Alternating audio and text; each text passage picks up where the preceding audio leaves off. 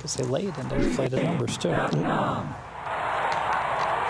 Reminiscing here, old Las Vegas Stardust Invitational stuff. Scott Spreitzer, Steve Fezzik breaking down preseason NFL action. Scott is 6-0. I'm just going to shut the heck up, and he's going to provide you the winner here. There will be consequences. Minnesota, Kansas City, good barbecue. Minnesota catching 3.5 with the world's greatest third-string quarterback. Take it away. I got to give you, first of all, you got to bring up the Stardust line.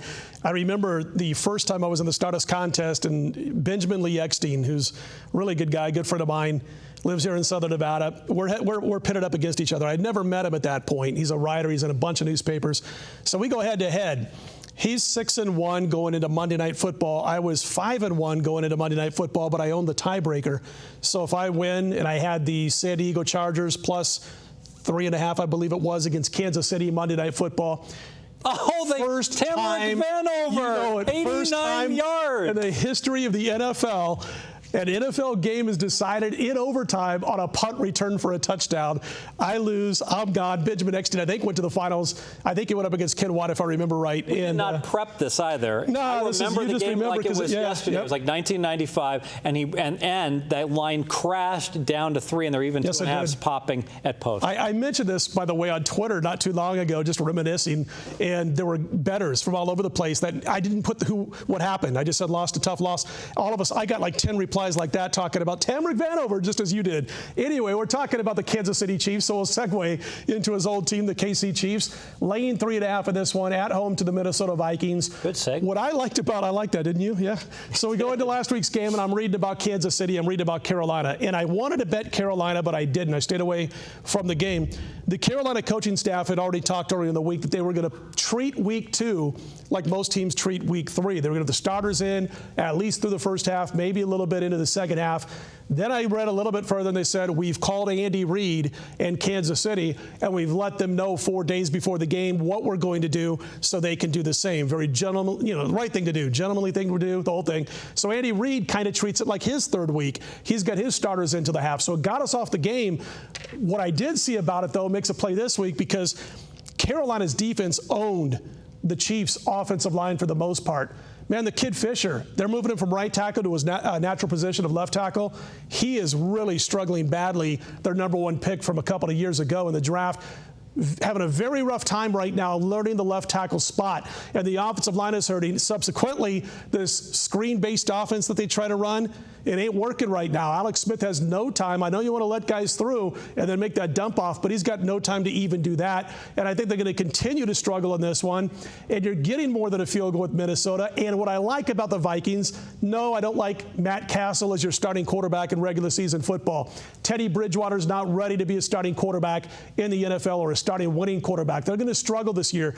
But preseason play, they've already named Castle the starter for this one. He's been tremendous, 12 of 16 the other day. I think he's 17 for 22 in the preseason. And Bridgewater has a huge week 2 after a week 1. I think you're going to see a great quarterback battle between these two quarterbacks. I don't think Andy Reid's going to press it. By the way, 0-5 against the spread is Andy Reid. When he's facing in preseason play teams off back-to-back wins, he doesn't disrupt their momentum. So looking to go that way here. I think it's a situation where you've got one team who's going to really be going at it because of the quarterback battle, and another team is going to be thinking, boy, we got to shore up some offensive line problems. Not to mention the fact with 3 new offensive linemen for the Chiefs and Zimmer being a defensive specialist, sure, he wants to build a winning attitude. The Vikings 2 years removed, they actually made the playoffs, hard to believe. Mm-hmm. And you would think he's like licking his chops at what he might be able to show him in this game. I didn't exactly keep it secret where I'm leading here, but I don't know if you saw this kid yet. I'm a big player guy, and I don't want anybody to get me wrong. Steve Fezzik is absolutely correct.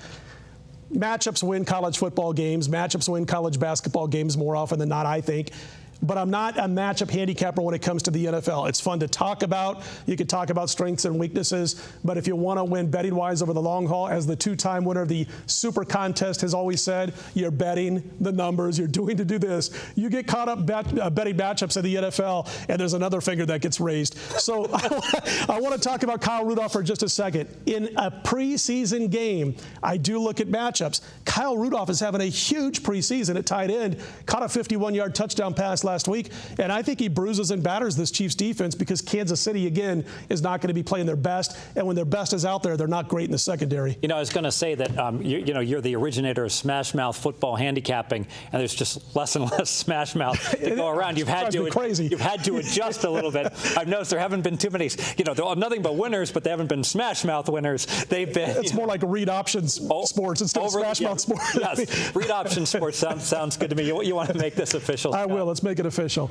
Again, when it comes to playing this particular game, it's a rare situation or a preseason exclusive situation where I'm going to back a team because of the matchups on the field, because we have one team who's still fighting it out for the starting quarterback spot with receivers who are also fighting things against a defense that I think is not only when they're at their best susceptible in the secondary to a good tight end like Kyle Rudolph, but also because I don't believe they're going to be playing their starters that deep into this contest. Be sure to check before kickoff the day of the game, but that's the way it looks right now on paper. We're catching more than 3.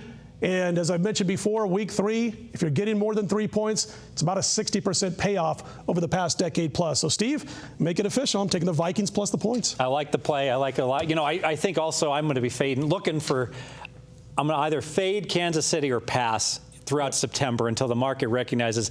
I really think that was an aberration. They weren't that bad 2 years ago when they won 2 games, and they certainly weren't that good this past year when they won 13. Looks like an 8 of clubs type of team right in the middle, and just it'll come down. Schedule's tougher this year, too, as it was last year. The hard schedule, maybe a hard luck 7-9 this year for the Chiefs. I agree. Outstanding. Well, we've got 2 more weeks before we get to real games, but college football season, I know you're just licking your chops to get at that. I'm super excited about it as well. It's going to be a fun year all year long. Definitely. I can't wait till college football season. We've already got one play, which is here on the website, pregame.com. You can check it out, Penn State, Central Florida, if you missed it. But, man, we're gearing up. We're just a few days away from college football. Very good. Central Florida is going to pound Penn State on that game. I hope. So yes, as far as if you like the videos here, we got the A team, the B team, and the Z team all week long. We're talking football. Check back pregame.tv with all of our experts and the whole pregame crew. We've been working all summer prepping for this. It's time to kick it off, baby. Let's go. Football time.